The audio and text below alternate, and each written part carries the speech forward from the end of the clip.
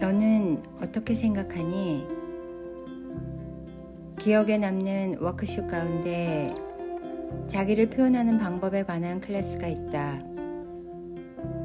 사람들이 자신을 표현하는데 얼마나 서투른지 실감할 수 있는 자리다. 스스로도 놀랄 만큼 표현에 익숙하지 못한 채 살아왔음을 알게 되고, 그것이 곧 많은 문제의 출발점임을 깨닫는 자리다. 참석자와 진행자가 모두 함께 둘러앉아 차례로 자신의 문제점이나 의견에 대해서 이야기한다. 혹은 며칠 전에 아내나 부모님과 있었던 상황을 그대로 재현한다. 그때의 상황을 이야기하면 주변 사람들은 차례로 돌아가면서 질문을 한다. 질문은 단순하지만 거침없다. 무차별적 폭격이라도 하는 것처럼 예리한 질문들이 이어진다. 나는 당신을 이해하지 못하겠어. 어째서 그런 말을 하는 거지? 해당자가 제대로 설명하지 않는 한 질문은 멈추지 않는다. 침착하게 대답하던 사람은 결국에는 소리를 크게 지르거나 고개를 가로젓고 팔다리를 내어잡으며 울기까지 한다. 자신을 표현하는 일에 익숙하지 않은 이에게 그것은 공포와도 같은 순간이다. 그러나 사람들은 끝까지 기다린다. 듣기 좋은 이야기가 아니라 마음속의 진짜 이야기를 여러 사람들이 이해할 수 있도록 말할 때까지 여러 과정을 거치는 동안 이야기하는 사람은 그동안 스스로를 표현하는 일에 얼마나 인색해 왔는지, 그 때문에 진실로 자신이 원하는 것들을 잃어왔음을 알게 된다. 표현하지 않으니 점차로 원하는 것을 잃게 되고, 원하는 것을 알 수 없으니 제대로 표현할 수 없는 악순환이 계속된 것이다. 많은 사람들이 자신을 표현할 줄 모른다. 따지고 보면 우리는 어릴 때부터 한 번도 자신을 표현하는 법을 배우지 못했다. 어릴 때부터 들어온 말이라고는 사내 아이가 울면 안 돼. 얘는 누굴 닮아서 이렇게 고집이 셀까? 계집아이가 왜 이렇게 말이 많아? 등 자신의 감정을 감추라는 강요의 말이다. 이어 울음을 간신히 참을 만한 나이가 되면 이것 해라 저것 해라 혹은 하지마 라는 말이 찾아온다. 너는 어떻게 생각하니? 라는 말은 좀처럼 들을 수 없다.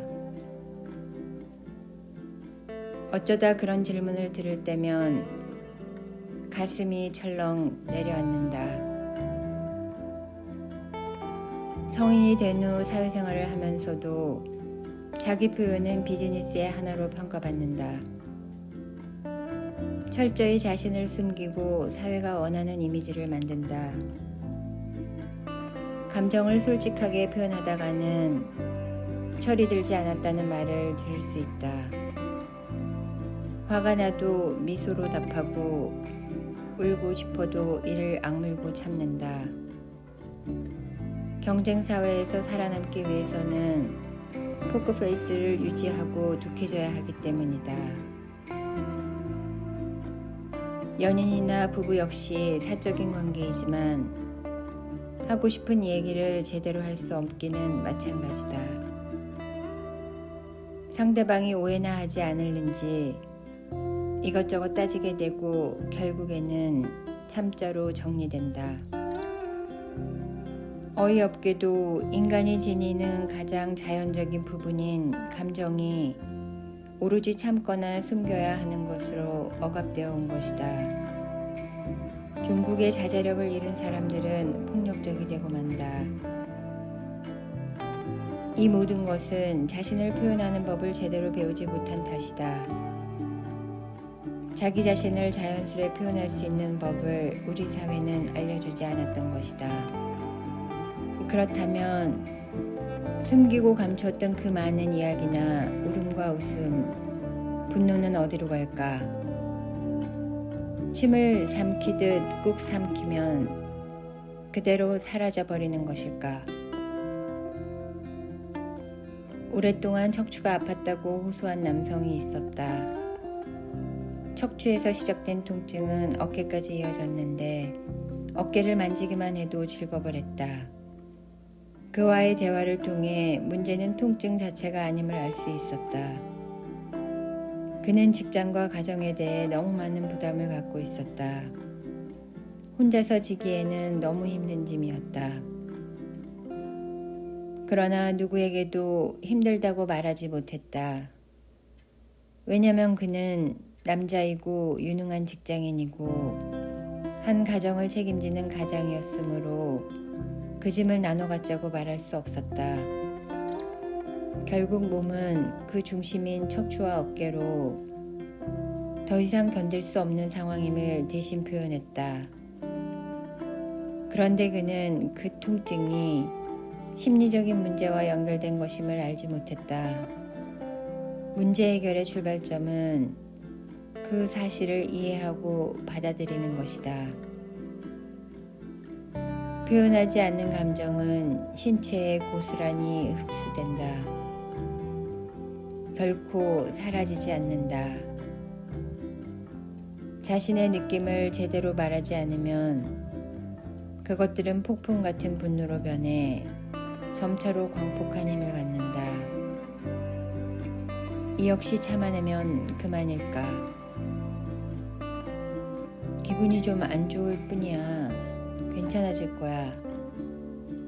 라고 자신을 다독인다고 문제가 없어질까? 그것들은 마치 빌려온 돈의 이자처럼 조금씩 몸에 쌓이고 세포 속에 고스란히 저장된다.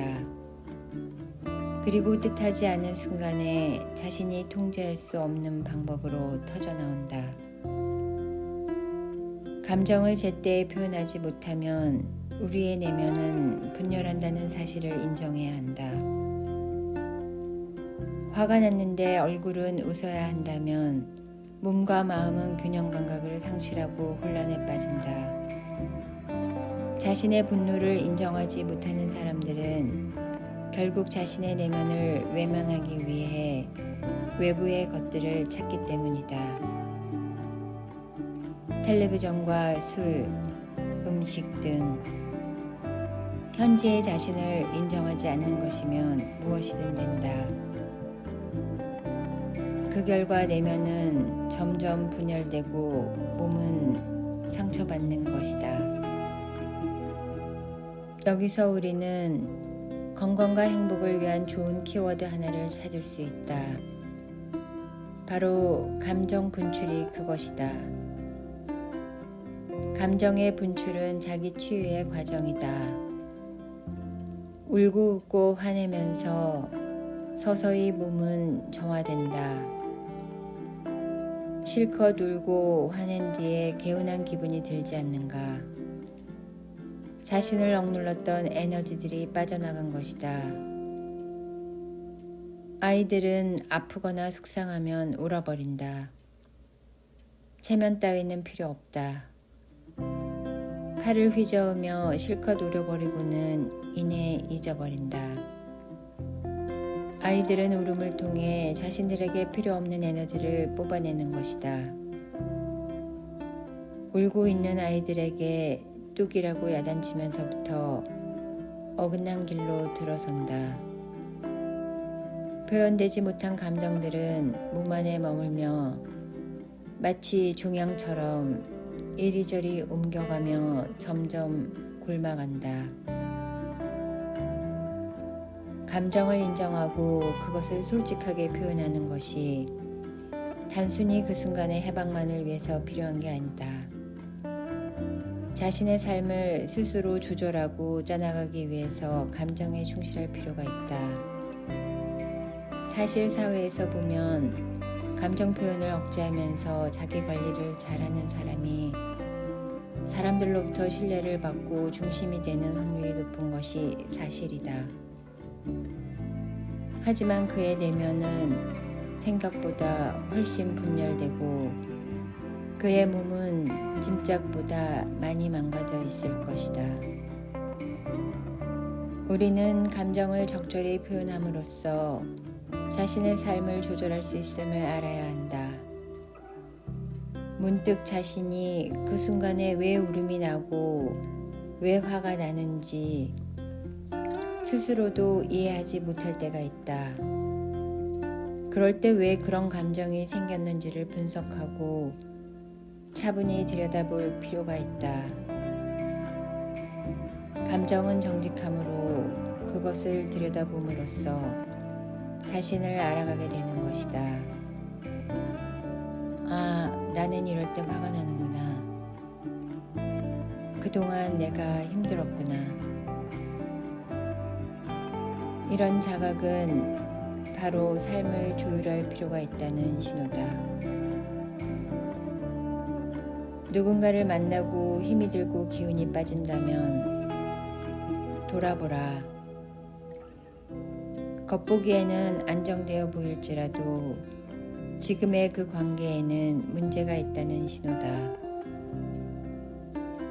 감정들을 인정하고 이해한 다음에는 자기를 보다 솔직하게 표현할 수 있는 능력이 생긴다. 그 과정은 마치 내게 맞는 스웨터를 짜나가는 것과 같다.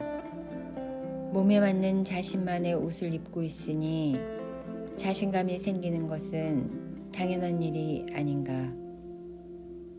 너는 어떻게 생각하니?